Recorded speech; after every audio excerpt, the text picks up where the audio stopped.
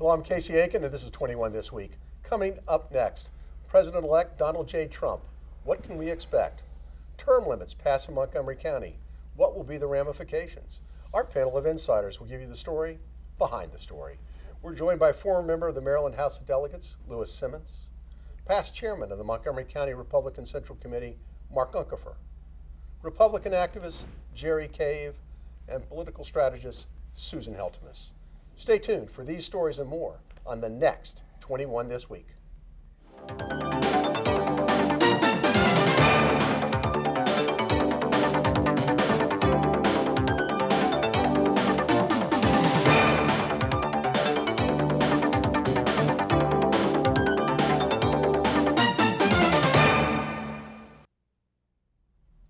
What a wild and crazy year. It was like a year like no other, when a political neophyte who's never held elective office, who approached the election like a bull in a china shop, was able to win the presidency. Jerry, to your credit, early on and to the very end, you predicted that Donald Trump would win the election. But Democratic commentator Van Jones described Trump's success as white lash, a last desperate effort against the forces of progressive change. Why do you think Trump won?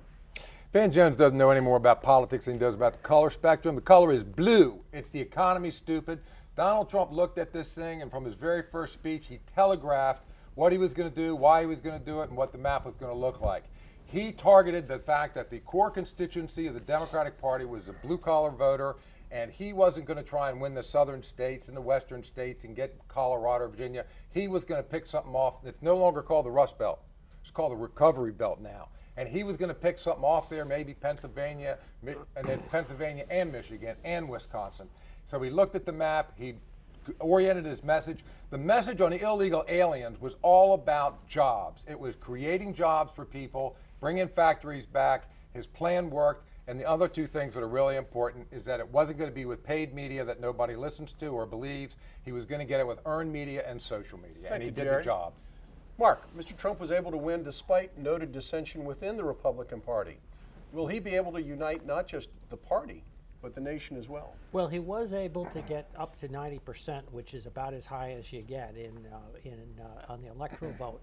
That said, electoral coalitions that are successful, all of them, usually involve elements that frequently don't agree with each other on many significant issues. So Clinton did this, Obama did this, Roosevelt did this, you go back through history.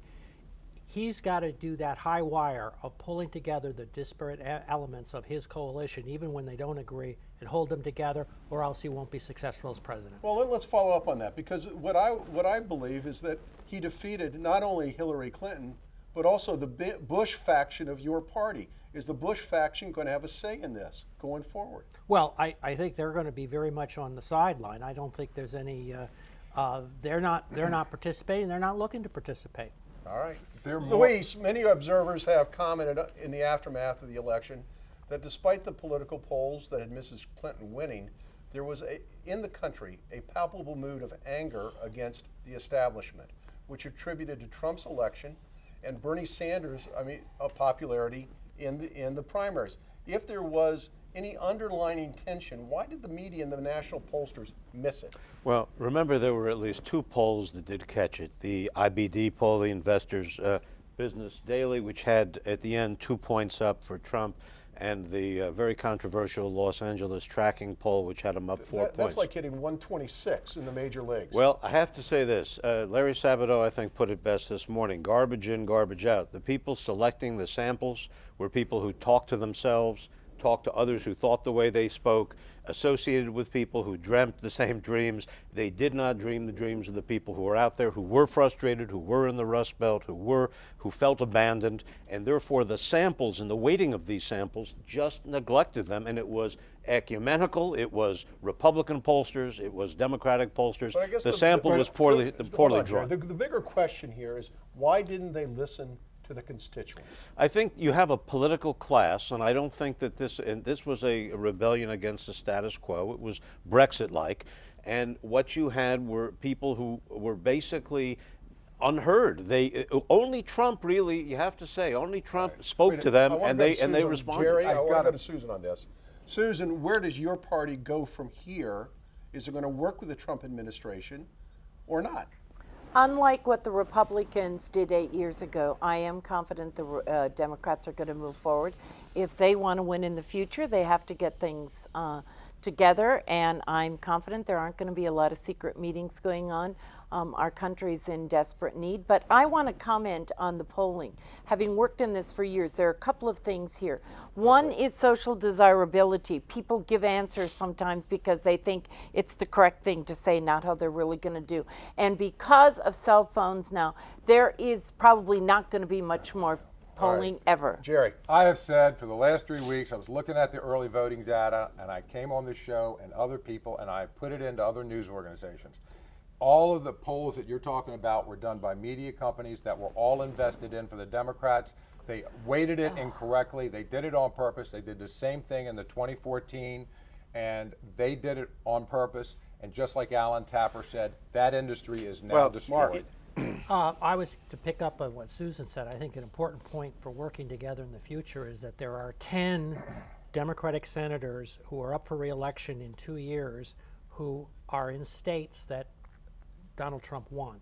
And I think that's going to be a very important force to bring together and provide some And next compromise. year should be good also for Democrats, because first year in after a new president, the party out of power tends to It would be gain nice seats. if conspiratorial theories would explain what happened, saying that it was Democrats. The indictment is the indictment of the polling industry. There were Republican pollsters, Democratic pollsters across the board They were who media did not, company who polling did, Jerry. who did that not, got it wrong. who did not draw their samples Listen, or weight them. You're all wrong. Or weight them No, I'm properly. not wrong. No, I you're sent all- this you're all- information you guys to are one all of the wrong. biggest Jerry, media listen. companies, and they refused to look at it. All right, well, here's where you're all wrong. This is nothing more than a continuation of the Reagan Revolution from the 1980s, where the white voters who have felt left behind found someone they could believe in. When you look at those electoral maps in Ohio and in Pennsylvania, all of those blue precincts that go up and down the Ohio River went red this time because they had found somebody they could use as a champion. That's what was wrong here, and that's because no one else, and Luis had it right, no one else but Trump was listening. No, that was right about that. He was listening. But when you look at the black turnout in this election, it was not like the Obama elections, and they missed it that way. They sampled. You're getting lost in the weeds here. No, it's not. That is a key metric in Florida and North Carolina. Well, we're going to go on to the next part of this election story. And the Republicans had to be pinching themselves today because not only did they unexpectedly win the White House, but they held on to the majorities in the Senate and the House of Representatives. Odds of doing all three was like winning the trifecta at Pimlico. Mark, what does the retention of the House and the Senate mean to the nation? Well, first of all, the odds on Monday were about a 14% chance of doing all three things. Obviously, it ended up changing, and it reflects the change.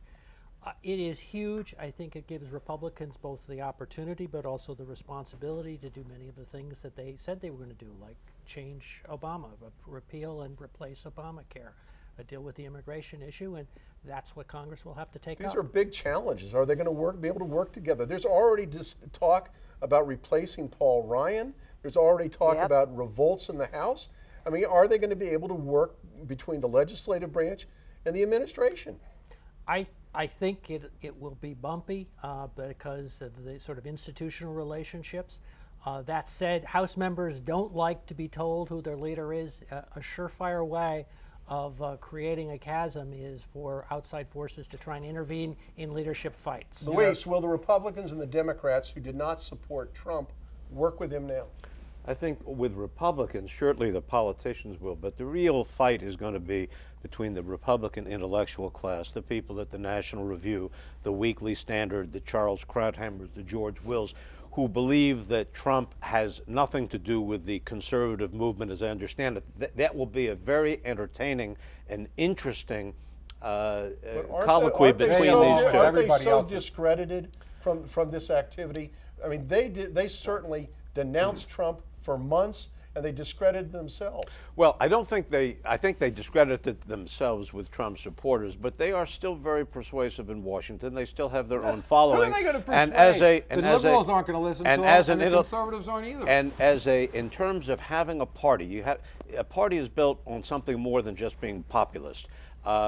from time to time you need principles. And these guys have been, like it or not, responsible as architects for the principles of the modern Republican Party. People going back to William F. Buckley, who, by the way, in my opinion, would never have given Donald Trump any time, because Trump was not a genuine conservative. He's a populist. But he's an entertaining populist. He's an effective populist. Democrats, watch the Supreme Court, because I think we may see immediately Democrats in the Senate doing what Republicans did to Obama, President Obama's nominee. I think they'll be trying to holding it up. I'll go to Jerry. Susan. Well, when you talk about the white lash, which is real, I mean, it is real. Demographics are changing. In 4 years and 6 years, there are going to be less of those white voters out there as our country turns brown. And if Trump isn't smart enough to work with those people in Washington that Lou was just talking about, they're going to be the ones that are going to bring in other people. Because Susan, wait. States that Obama won in 2008 and 2012 went for Trump this time. Yes, they There's did. a limit to how much you can But press it this is- as an identity-based politics. it is. All you have to do is look at the numbers. Blacks didn't come out quite as high as what they should have. As we predicted, because they were going to come out at their other level. And actually, Hispanics came out more for Trump than By they did 2 for points, Romney. 2 by points. a slight amount, but that's quite a bit different than the narrative that we've been told for the last 6 Well, months. look, Trump overperformed among whites with no college education. That's right. His performance. How horrible. No. They must be horrible people. No. How could you He keep bringing didn't that say up? that, Jerry. His Give him a break. performance rivaled Reagan's. And I think, back to your point, these were the old Reagan Democrats, Yep. and he performed with Including this a group, lot of Catholics. and many Catholics, Protestant, evangelicals, 89% for Donald Trump. I'm really this curious, was the heart Casey. of I don't the victory. understand why we're listening to the people that have been wrong for the past year on this. You're not listening to anything I say, which I've been right on it, as you admit. This is not an upset. This is an uprising. Trump beat everybody. The DNC, the Republican elite, everybody. He beat every candidate. The Clinton, the Bush dynasties are gone, and your party is in a terrible mess. They are completely leaderless. They have nobody on the bench for high office. They don't have any governors. Their senators are old. Trump is in the catbird seat, and the Krauthammers and all those guys, they have already been defeated. Jerry, I want to thank you for telling us what you really think. So when we come back from this short break, Montgomery County goes for term limits, and locally, Democrats retain their hold on federal offices. Stay tuned.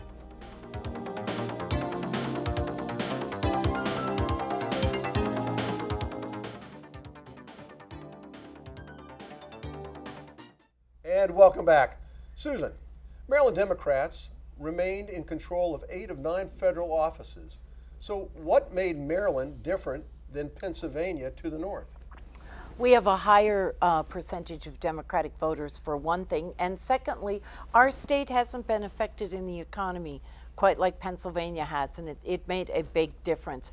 And I think that, quite honestly, the Maryland Democratic Party is more engaged than perhaps I spent the last 4 days in Pennsylvania and 5 weekends there, and they're not as organized as what I had liked them to be. Because I remember the last time you were on the show, you were predicting that Pennsylvania would definitely go to And Clinton. you know what? One of the things that came through is, Jerry will disagree on this, but that Comey statement at the very end made a difference. I could see it between weekends and the last 4 days. It may not have had a great effect, but it had some effect. The Libertarian Party had effect, but Maryland is looking good, and I think they're fighting and raring to go for 2 years now. Well, that's what I want to lead into. And Jerry, when you look at the election results, the one thing apart from Congressional District 1 on the Eastern Shore, Republicans were shellacked in the Senate and the congressional races. What lessons can we take from those elections and predict what will happen in 2 years when Republican Governor Larry Hogan runs for re-election? What's different about Maryland is you have so many federal jobs and things that are influenced by federal government that's what makes Maryland and Virginia different from Pennsylvania and North Carolina. And then you throw in the gerrymandering, we're not going to win any of these seats. What's going to happen 2 years from now is that Larry Hogan's going to win re-election, And then if he has a chance to do that, then he has a chance to fix the districts, and we can start to win some things. But as long as Maryland has such a high proportion of people whose job depends on government, it's not just they're that, going Jerry. to continue to vote Democrat. But- we also have, there's also a difference between party registration and affiliation. It goes back to what I Democrats just said. It sources Mark, out of that. what's going to happen in 2 years? Well, I think Larry Hogan is well positioned. I think his position in this particular race was pitch perfect for where Marylanders want it, and I think that's reflected in the opinion polls. I don't see anyone who's in a good position to be able to compete with him. And Luis, I want to go to you. Where are the weaknesses that Hogan has that your party is going to attack in 2 years? Well, I don't think it's his weaknesses per se, but the formidable strength of the Democratic Party in Maryland. You got to remember that Hogan, and I think he has done a decent job, the poll numbers show that, but he was able to run against the heir to Martin O'Malley, who was not popular in the state when he left. His popularity was about 48%.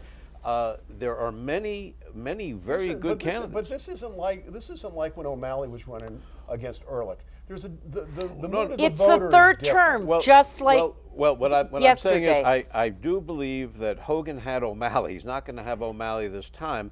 The county executive in Prince George's County, I think, an African American, someone who is very likable, very qualified, is someone who may, in fact, you should watch him. He may become the nominee of the Democratic Party for governor.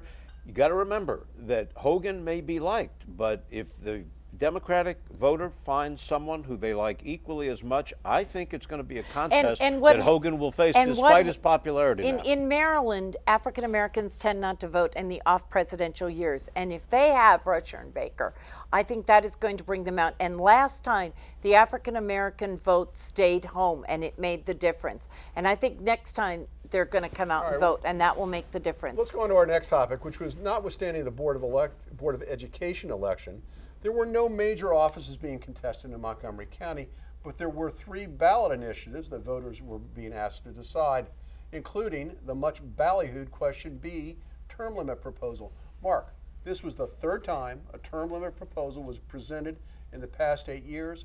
Why did it pass this time? Well, I think it reflected the mood of the people right now, and we ended up giving ourselves the a political equivalent of a chastity belt. You can always vote incumbents out, but this is a tool to protect people from their impulses of reelecting people, and that's what they went for. Susan, what impact will this have on the upcoming Montgomery County politics? Obviously, Question C also passed, which means that only 4 out of 5 council members have to leave office. Nancy Navarro got a get out of jail card. She did, but you know what? I don't think it would have made much difference next time whether this had passed or not, because I think at least 3, maybe all 4, were going to run for county exec anyway, because this is going to be their chance. They've had 2 executives in a row that have stayed around a while. I think that the biggest change is going to be at the lowest level in Montgomery County. The last 2 times when this was defeated, the Montgomery County Democratic Central Committee had a sample ballot. And a lot of voters, despite what you might think, know nothing about term limits. And you give them that ballot at the poll and they go in and vote it. Unfortunately, the Democratic Party did not do that. And I think there's going to be some repercussions on the Central Committee, and I don't think it will happen again. Well, but there seemed to be, and I want to get back to this, there was a mood that people were tired of the politicians on the county council who continually raise their taxes, give raises to themselves and public employees, while the rest of the population in Montgomery County did not see any economic boom in the last 8 years. Oh, I think Montgomery County is doing okay. I mean, I think it's not, the economy I don't think had as much to do with it, is that this feeling that you talked about, and Robin Ficker, much like Donald Trump, he finally had his chance. And you know, you can mock Robin Ficker all you want, but the guy's incredible at getting things on the ballots Yeah. and getting And things passed. And that- consistently, though, this one that has affect lost. the well-being of Montgomery County residents. And this passed overwhelmingly. I Yes. mean, I understand the factors about the sample ballot. It what made have a you, difference on the but Democratic side. It was a lot. over 60%, and that's a really impressive number. I know. You're not going to get that just from Republican votes in Montgomery County. No, but even if a good portion of the Democrats had voted no, that sample ballot, I was at an early voting site and they asked for it and they didn't have it. And so it does make a difference. I don't want to miss an opportunity to give credit where credit is due, and that's to Robin Ficker. And to Donald Trump. Donald Trump had an effect a bit with his voters. I'll take it. Yeah.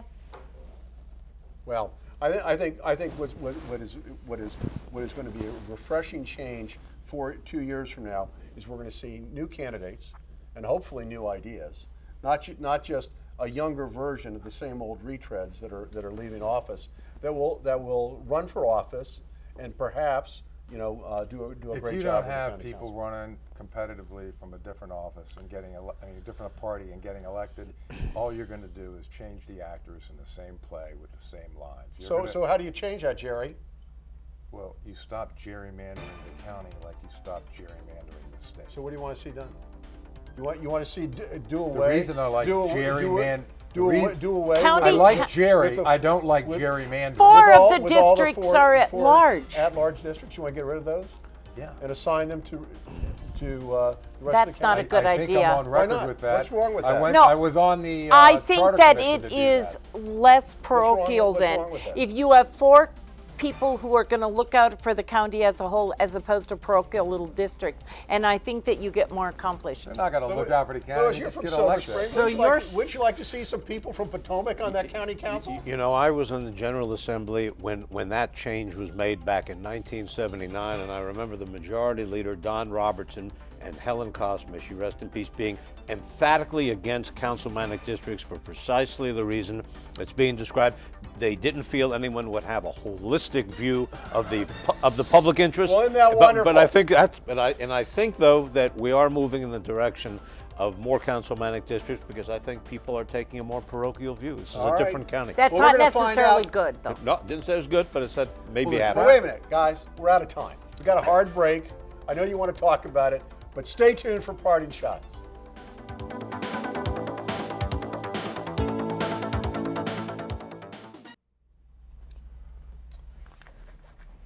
And welcome back. Now with parting shots, Susan Heltemes. Despite Donald Trump's visit to Minneapolis when he just got after the Somalis and said they were the worst thing that happened in Minnesota, a young woman named Ilhan Omar became the first elected Somali official in the United States, and she is going to serve in the House of Representatives. Minneapolis has the largest Somali population out of the country. But Plato once said that if you don't become involved in politics, you might end up being ruled by people you don't think are qualified. Well, I think a lot of us probably feel that way today. I know I'm going to stay engaged, and for those of you who didn't like the result, get out there, get engaged, and it'll be different next time. Thank you, Susan. Luiz Simmons, nice seeing you. It was good seeing you. And This your is parting shot. a shout out to Maryland's formidable pollster, Pat Gonzalez. Pat accurately predicted the Trump victory. It did so for 3 months by carefully analyzing the national data. He was not a cheerleader for Trump. He merely listened and heard the very same voices that Trump did. An extraordinary judgment on the part of Gonzalez when so many other pollsters, as you pointed out earlier, missed it and were unable to hear. Thank you, Luis. Mark. Casey, I want to go back to the videotape for my prediction and a shout out last Friday. I just want to reprise the fact that I predicted Clinton would win the popular vote, Trump would win the electoral vote, and the Republicans would hold the Senate. I think it's on YouTube, Mark. You can It check, is on You can YouTube. check You it can- out. you can And verify Jerry that. Cave, wrap it up. I want to shout out to all the great people I worked with on the campaign. We all did it for the same reason, for our country, but especially for our grandchildren. And I want to shout out to my granddaughter, who lives in Beaufort, my grandson, the Gumbo, lives in New Orleans. And I hope I can remember this. But when my grandkids ask me what I did back then, I'll tell them I got together with many a friend, and instead of complaining, we did a lot of campaigning because for them, we helped make America great again. Thank you, Jerry. That was almost poetic. And I want to thank everybody for being here today. We've had a very interesting campaign season the last 18 months, and democracy is at work. Whether we like the results or not, we should take pride in the fact that as Americans, we contribute to our political well-being each and every time we go out and vote. So for 21 this week, for Montgomery County's hardest-hitting political talk show, I'm Casey Aiken.